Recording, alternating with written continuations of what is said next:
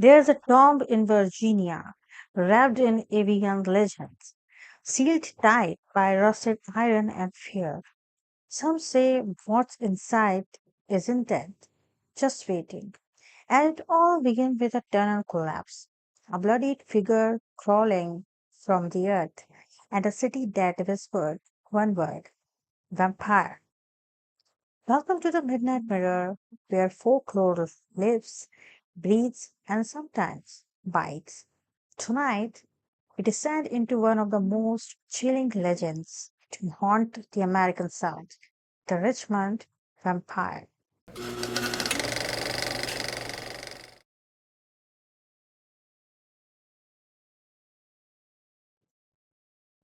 It stands silent near the edge of a hill, the Moncure Mausoleum, cold, sealed, and strangely unsettling. A door of iron with scratches along its base, as if something once tried to claw its way out. Tourists photograph it, locals avoid it. Paranormal investigators call it the vampire's tomb. But the story doesn't start here. It starts underground, in a tunnel soaked in death. October 2nd, 1925. Crews worked hard to reopen the Churchill Tunnel, an old railway passage stretching under Richmond's Churchill neighborhood. Decades of disuse had made it a coffin of crumbling bricks and shifting soil. Then the tunnel gave way. Tons of earth collapsed in seconds. Screams echoed from within. Dust filled the sky. Rescue crews rushed in, but it wasn't the dead they feared. Witnesses saw something crawl out of the wreckage, pale, bloodied, inhuman. Some said it had sharp teeth, torn skin, eyes that glowed in the smoke. It didn't walk, it lurched, dripping with what looked like blood. And then it ran. Where to? Straight into Hollywood Cemetery. The city lost its mind. Reporters spread quickly. Vampire had escaped the tunnel collapse. The creature had taken refuge in a crypt, and whispers began pointing to one in particular, the Monarchy Mausoleum. That's when the name William Wortham Poole surfaced. Poole was a stonecutter who died in 1913, buried in the very mausoleum now linked to the creature. Stories mobbed. Poole was no longer just a dead man. He was a vampire who had faked his death. He had been sleeping in the tunnel, disturbed by the construction, and had returned to his tomb like a bat to the belfry. Why Poole? Maybe it was just the location. Maybe the name just sounded right. Or maybe it was fear trying to put a name to the unknown. The legend spilled from street corners into headlines. The Commonwealth Times, local columns, even out of town papers hinted at a dark figure. Some reports mentioned fangs. Others claimed a fireman had seen the creature before fainting. Families warned their children not to play near the cemetery. Some avoided Churchill entirely. Religious leaders condemned the devil at large. A few actually tried to break into the crypt to stake whatever was inside. A vampire had returned to Richmond and no one felt safe. A temporary guard was posted near the tunnel. The cemetery added more fencing. Journalists hovered at the edge of folklore, unsure whether to mock it or fear it. Local barbers reported men requesting silver razors. Old women placed garlic on window sills. Church groups gathered to bless the cemetery paths. And the Moncure Mausoleum, its doors was bolted shut. Not by the city, but by locals, quietly. as if sealing something in. But who or what really escaped the tunnel?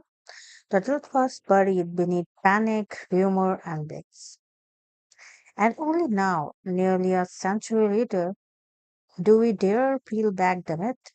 Because buried beneath the vampire story is a real man, a real tragedy, and the moment when fear turned a victim into a monster. The figure that emerged from the tunnel wasn't a creature of myth. He was a man, and his name was Benjamin Mosby. Mosby was a fireman for the Chesapeake and Ohio Railway, part of the crew working inside the Churchill Tunnel that fateful day. When the tunnel collapsed, the locomotive's boiler ruptured, releasing a blast of scalding steam and metal shrapnel. Witnesses said his skin was peeling, his face nearly unrecognizable, and his body was burned beyond comprehension. In agony and confusion, Mosby stumbled out of the wreckage. It's easy to understand in a morbid way. Imagine it. A bloodied, burned man stumbling from the earth, eyes glazed, skin torn like parchment, heading into a graveyard. To terrified onlookers, that was no man. It was something unholy. But Mosby was no monster. He was a railroad worker caught in a mechanical hell. His death was quite painful and real. And yet, the story of a vampire was louder. It spread faster. The myth was more memorable than the man. So instead of being mourned, Mosby became the face of a legend he had nothing to do with. That's where William Wortham Poole came back. While Mosby was buried elsewhere, Poole was entombed in Hollywood Cemetery, near where Mosby collapsed. Poole's tomb became the focal point for rumors. The story evolved. He was a vampire, hiding in the tunnel for decades, disturbed by construction, and now back in his tomb, sealed behind iron to keep him from rising again. Richmond Vampire legend isn't just about monster, it's about how tragedy beats myth, how fear distorts faces, how death can be rewritten by imagination. Benjamin Mosby died a painful human death and became a creature in the city's memory.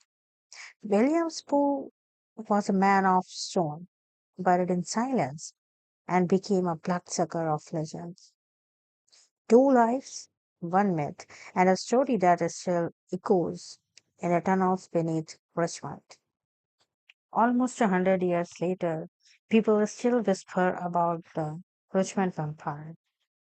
Ghost tours stop at the tomb, teenagers dare each other to knock 3 times and wait. Paranormal investigators groups bring EMF detectors, recorders, candles. Some say they have seen shadows moving behind the crypt's iron bars. Others claim they have heard scratching. Some say it's just an urban legend, a perfect storm for tragedy, superstition, and fear. But others aren't so sure because here's the thing about folklore, it survives because it speaks to something real, fear, death, mystery, the sense that not everything can be explained away. Even when we know the facts about Benjamin Mosby, about the boiler explosion, about the city's panic, there's a part of us that wants the legend to be true because it's more thrilling to believe something ancient still walks among us. Maybe the real vampire isn't hiding in a tomb. Maybe it lives in us, in the part of the mind that hungers for mystery. Mosby was human, but the world didn't want human. It wanted a monster. Who he became a canvas for fear, stone and steel twisted into legends.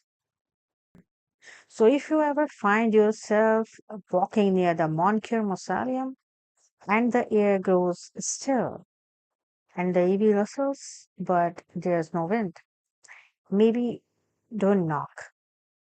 Because in Richmond, the dead don't always stay buried. And sometimes what crawls from the dark isn't looking for light, it's looking for you. Thanks for listening. This is the Midnight Mirror. Do like and subscribe.